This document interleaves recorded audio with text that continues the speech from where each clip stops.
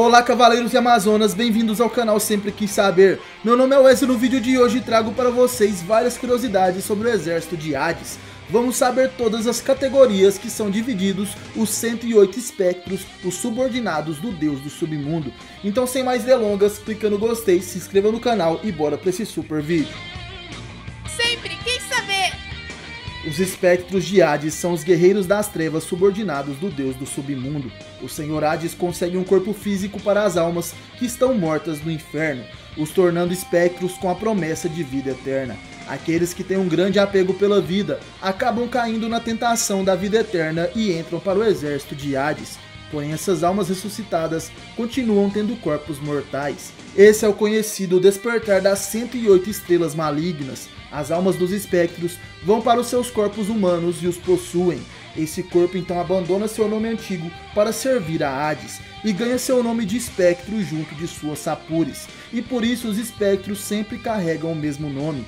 É claro que isso só é verdade levando em conta apenas a saga de Hades clássica e a saga de Hades The Lost Canvas, já que em Next Dimension o Kurumada resolve quebrar essa regra e muda o nome dos espectros, como por exemplo dos juízes Minos e Aiacos do século XVIII, utilizando seus nomes mortais que são Vermir de Grifon e Suikyo de Garuda. Mas a obra de Cavaleiros do Zodíaco nos leva a entender que a maioria dos espectros renascem com o conhecimento de suas técnicas e domínio do cosmo.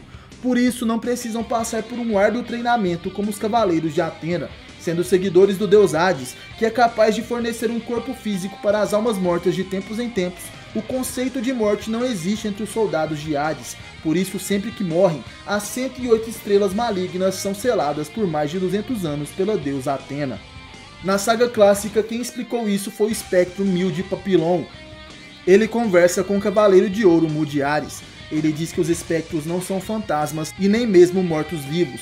Eles são humanos que viviam na Terra, como os cavaleiros, mas quando o selo de Atena que aprisionava a alma dos espectros perde a validade, suas almas de espectros despertam em seus corpos humanos, e eles se apresentam a Hades.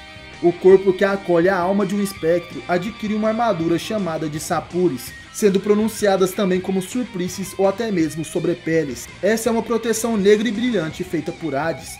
E com as sapures, os espectros conseguem ir e vir do mundo dos vivos ao mundo dos mortos, sem que precisem sequer despertar o oitavo sentido. As sapures funcionam diferente das armaduras, enquanto acreditamos que uma armadura se encaixa no corpo de um cavaleiro. No caso dos espectros, seu corpo se modifica para se encaixar nas sapures. Em outras palavras, o espectro nada mais é do que um meio para que a sapures exerça sua função, sendo todos algum tipo de marionete. Essa propriedade de modificar o corpo de quem a veste pode transformar as pessoas em algo não humano, como por exemplo o próprio Mil de Papillon.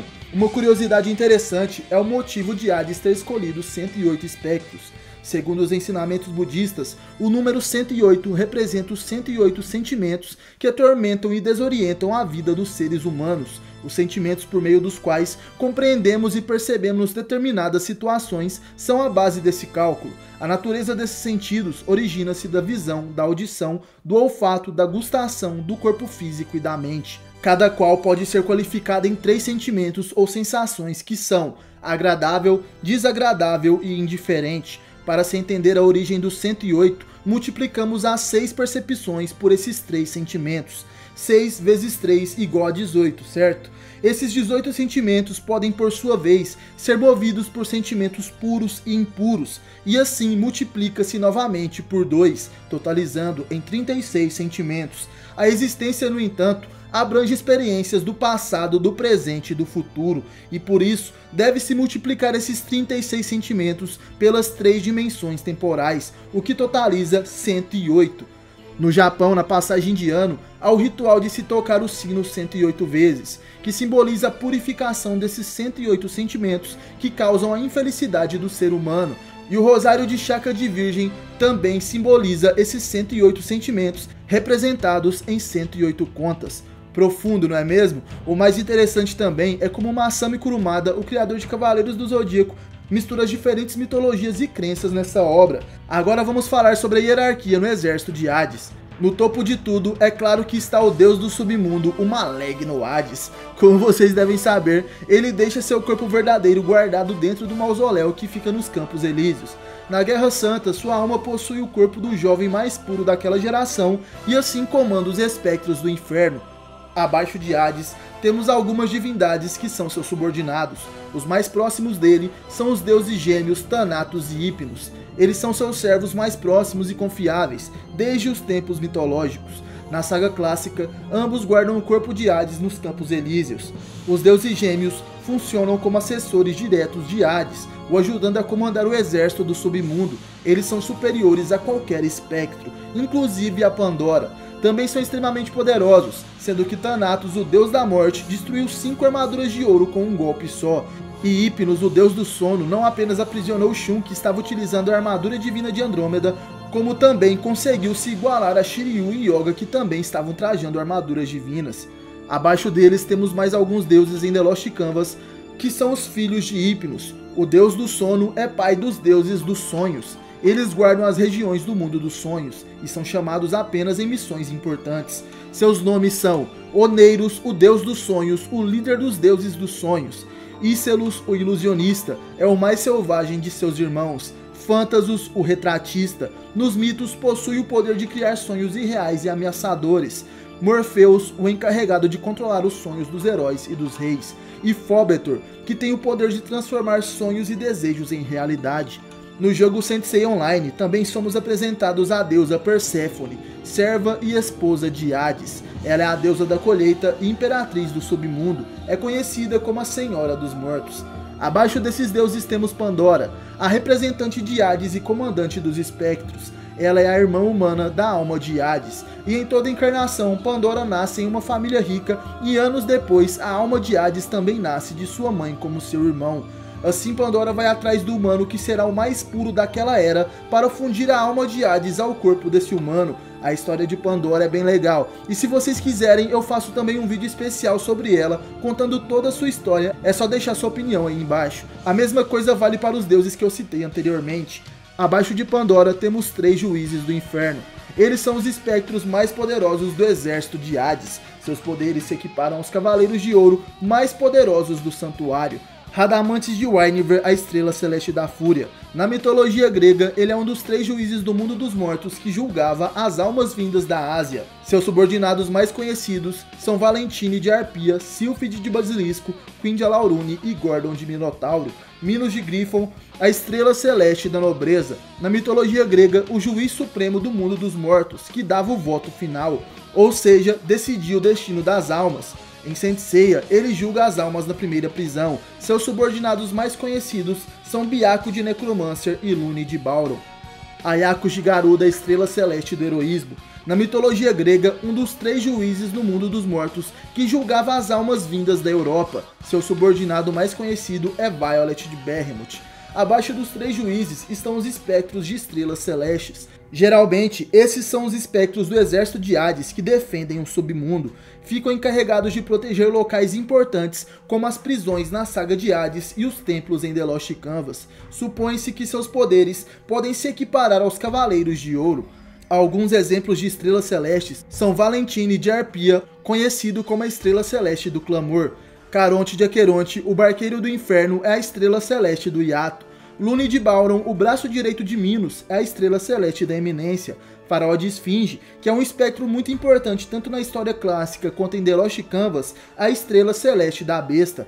E existem muitos outros estrelas celestes nesta categoria. E abaixo das maléficas estrelas celestes temos as estrelas terrestres. São geralmente os espectros enviados em missões fora do submundo, como por exemplo, atacar o santuário de Atena ou outra região. Em maioria seus poderes se equiparam aos dos Cavaleiros de Prata. Alguns exemplos são Niobe de Deep, o mesmo que conseguiu matar Aldebaran com sua fragrância profunda. Ele é a estrela terrestre das trevas. Giganto de Ciclope é a estrela terrestre violenta. Mil de Papillon, que enfrentou Mu, é a estrela terrestre sinistra, além de vários outros estrelas terrestres. Se vocês apoiarem um vídeo com todos os espectros que já apareceram, comentem aí que eu faço para vocês e vou mostrar todos das estrelas terrestres e das estrelas celestes. Abaixo das 108 estrelas maléficas, temos os soldados rasos do exército de Hades, os espectros esqueleto. Eles possuem a mesma Sapuri simples que não faz parte das 108 principais, e na maioria das vezes, esses guerreiros usam uma foice. Um que se destaca é Marquino de Esqueleto, estrela terrestre da vigilância. Ele protegia a primeira prisão, porém os demais que trajam essas sapures são conhecidos apenas como esqueletos e em teoria eles teriam o mesmo poder de cavaleiros de bronze. Outros guerreiros sob o comando de Hades são os próprios Cavaleiros de Atena, que por algum motivo morreram antes da Guerra Santa de sua época, e eles podem fazer um contrato com o deus do submundo e assim viverem novamente como seus subordinados. Vemos isso acontecer tanto em The Lost Canvas quanto na saga clássica, e em The Lost Canvas temos uma nova partição de guerreiros ao comando de Hades. Eles são os Guardiões das Estrelas que protegem os templos malignos que ficam no céu do Lost Canvas. Seu poder varia de guardião para guardião e nem sempre são espectros originais, que despertaram como uma das 108 estrelas. Como guardiões, temos Ioma de Mefistófeles, estrela celeste da liderança, o guardião do templo de Mercúrio. Lune de Bauron, a estrela celeste da eminência e guardião do templo de Vênus. E o templo da terra é guardado por Cagarro de Bennu, estrela celeste da violência. O templo de Marte é protegido pelo traidor Aspros de Gêmeos, que utiliza umas sapures de gêmeos, assim como dos Cavaleiros de Ouro renegados na saga de Hades. O templo de Júpiter é protegido por Valentine de Arpia, a estrela celeste do clamor. O templo de Saturno é protegido por Radamantes de Winver, a estrela celeste da fúria. Pátita de Coruja protege o templo de Urano, e Tokusa de Hanuman, a estrela celeste da habilidade, e irmão da Amazona Yuzuriha de Grou, seria o protetor do templo de Netuno, porém ele já tinha sido derrotado nessa época. O templo de Plutão é protegido por Hades, Alone e Pandora. Plutão é o nome de Hades na religião romana. Outras criaturas a serviço do deus Hades são as fadas, que estão presentes em todo o Meikai. Elas são as borboletas do mundo dos mortos. O cão de 3 cabeças, Cérbero, está presente na segunda prisão, sendo subordinado de Faraó de Esfinge na saga clássica, e em Lost Canvas está ligado diretamente ao Hades. Já as ninfas estão presentes em todos os Campos Elíseos, vivendo juntas dos deuses gêmeos. Diferente de Atena, que tem apenas o santuário como sua base, Hades comanda vários lugares. Em The Lost Canvas, temos a Catedral da Floresta, que fica nas proximidades de Florença, uma das principais cidades da Itália, sendo capital da região toscana. Ao seu redor temos a Floresta da Morte, criada por Thanatos. E ainda na saga The Lost Canvas, temos o Lost Canvas, que é pintado por Alone, e esse quadro seria a tela perdida que está cobrindo todo o mundo. O Lost Canvas fica no céu junto dos templos maléficos de Hades.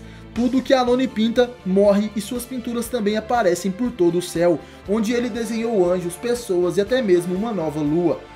Na série clássica, em terra temos o Castelo Renstein, na Alemanha, onde a família de Pandora morava. No século XX ficou conhecido como Castelo de Hades, e tinha uma barreira das trevas que restringia o poder dos Cavaleiros de Atena, que conseguiam utilizar apenas 10% de sua força.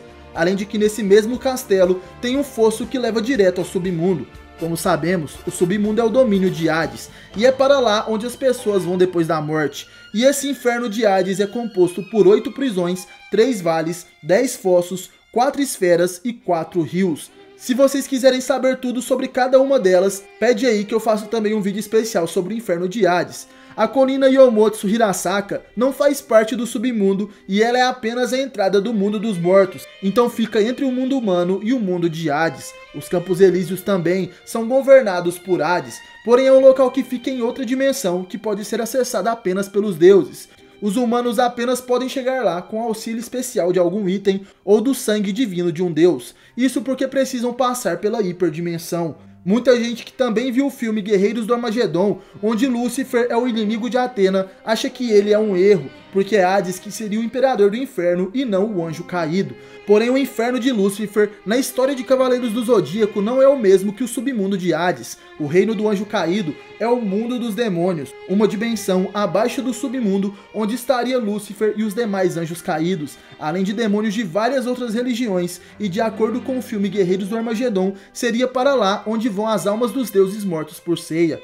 Bom galera, como vocês viram, esse vídeo foi muito mais do que apenas as classes dos 108 espectros. Falamos de vários subordinados de Hades, dos seus domínios e também muitas curiosidades. Então para ajudar o canal, compartilhem este vídeo com seus amigos, comentem aí o que vocês acharam e vamos bater aquela meta básica de 3.000 gosteis. Além, é claro, se inscreva no canal e ative o sininho para receber sempre os novos vídeos de Cavaleiros do Zodíaco aqui do Sempre Quis Saber. No mais é isso, obrigado por assistir o vídeo até o final, valeu, falou, tamo junto. e até a próxima.